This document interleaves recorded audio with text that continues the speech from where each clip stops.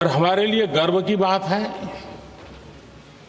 कि वंदे मातरम के 150 वर्ष निमित्त इस ऐतिहासिक अवसर के हम साक्षी बन रहे हैं।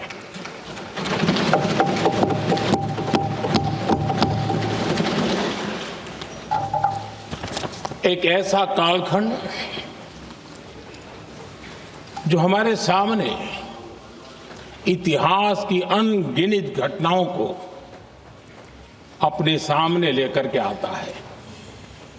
ये चर्चा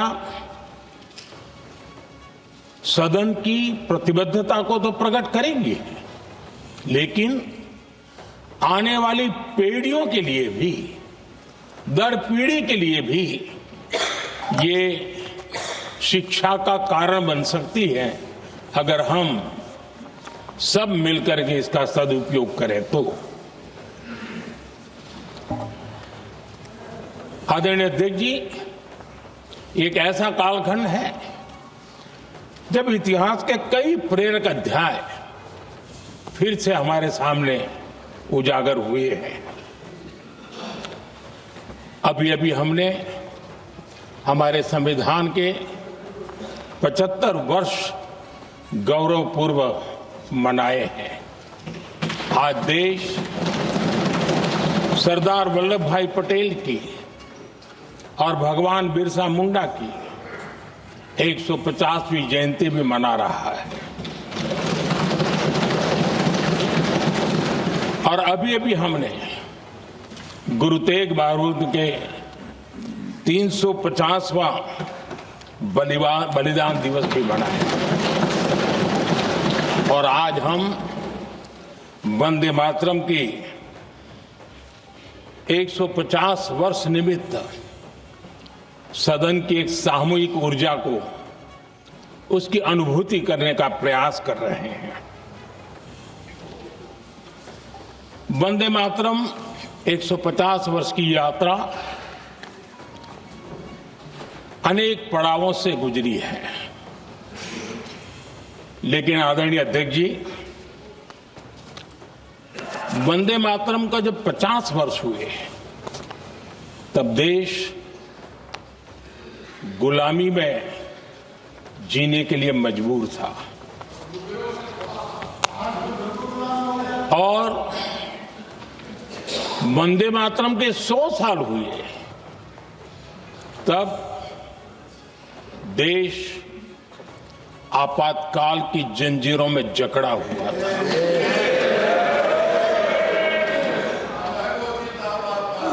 जब वंदे मातरम 100 साल के अत्यंत उत्तम पर्व था, तब भारत के संविधान का गला घोंट दिया गया था।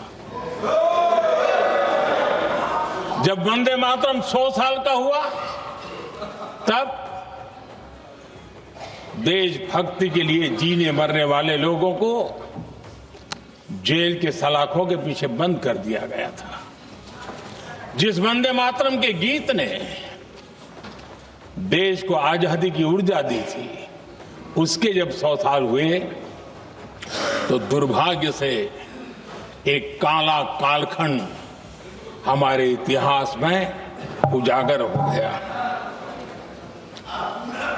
हम लोकतंत्र के गिरोह में थे।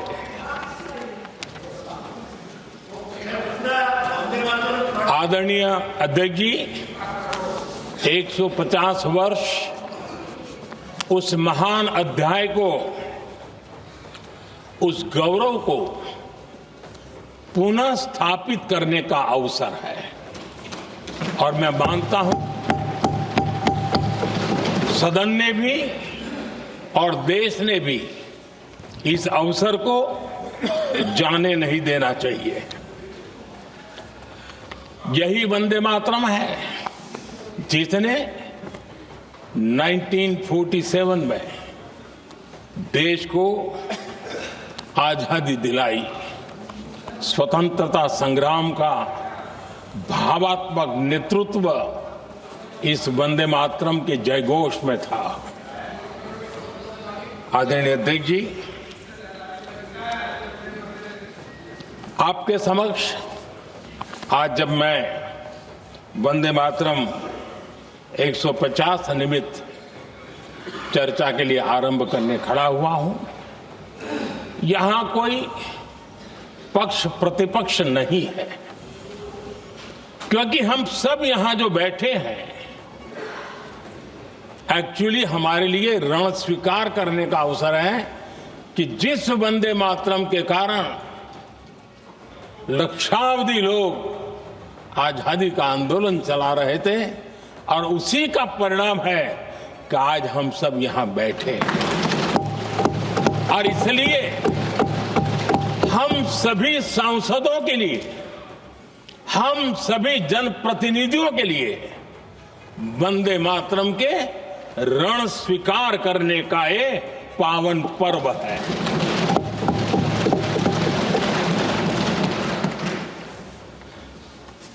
और इससे हम प्रेरणा लेकर के वंदे मातरम की जिस भावना ने देश की आजादी का जंग लड़ा, उत्तर दक्षिण पूर्व पश्चिम पूरा देश एक स्वर से वंदे मातरम बोल के आगे बढ़ा। फिर से एक बार अवसर है, आओ हम सब मिल के चले, देश को साथ लेके चले। आजादी के दीवानों ने जो सपने देखे थे, उन सपनों को पूरा करने के लिए वंदे मातरम 150 हम सबकी प्रेरणा बने, हम सबकी ऊर्जा बने और देश आत्मनिर्भर बने। 2047 में विकसित भारत बना करके हम रहे, इस संकल्प को दोहराने के लिए ये वंदे मातरम हमारे लिए एक बहुत बड़ा अवसर है। आदरणीय अध्यक्ष जी, दादा तबीयत तो ठीक है ना? नहीं, कभी कभी इस उम्र में हो जाता है। आदरणीय अध्यक्ष जी, वंदे मातरम की इस यात्रा की शुरुआत बंकिम चंद्र जी ने 1875 में की थी और गीत ऐसे समय लिखा गया था जब 1857 के स्वातंत्र संग्राम के बाद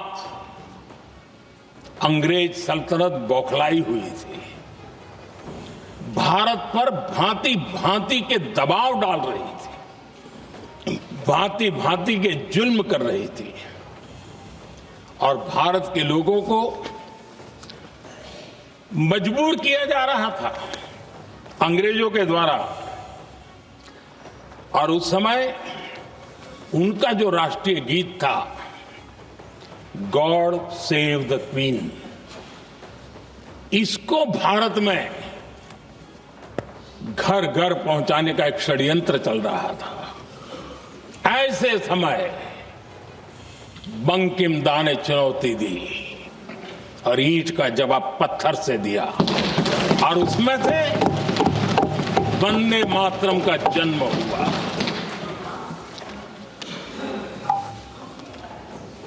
इसके कुछ वर्ष बाद 1882 में जब उन्होंने आनंद मठ लिखा तो इस गीत का उसमें समावेश किया गया। आदरणीय अध्यक्ष जी, वंदे मातरम ने उस विचार को पुनर्जीवित किया था जो हजारों वर्ष से भारत की रग रग में रचा बसा था। उसी भाव को, उसी संस्कारों को, उसी संस्कृति को, उसी परंपरा को उन्होंने बहुत ही उत्तम शब्दों में, उत्तम भाव के साथ वंदे मातरम के रूप में हम सबको बहुत बड़ी सौगात दी थी। वंदे मातरम ये सिर्फ केवल राजनीतिक आजादी की लड़ाई का मंत्र नहीं था, सिर्फ हम अंग्रेज जाए और हम खड़े हो जाए, अपने राह पर चले, इतने मात्र तक वंदे मातरम प्रेरित नहीं करता था, उससे कहीं आगे था। आजादी की लड़ाई इस मातृभूमि को मुक्त कराने का भी जंग था, अपनी मां भारती को उन बेड़ियों से मुक्ति दिलाने का एक पवित्र जंग था। और वंदे मातरम की पृष्ठभूमि हम देखें, उसके संस्कार सरिता देखें, तो हमारे यहां वेद काल से एक बात बार बार हमारे सामने आई है। जब वंदे मातरम कहते हैं तो वही वेद काल की बात हमें याद आती है। वेद काल से कहा गया है, माता भूमि ही पुत्रो अहम पृथिव्याः, अर्थात ये भूमि मेरी माता है और मैं पृथ्वी का पुत्र हूं। आदरणीय अध्यक्ष जी, यही वो विचार है जिसको प्रभु श्री राम ने भी लंका के वैभव को छोड़ते हुए कहा था, जननी जन्मभूमिश्च स्वर्गादपि गरीयसी।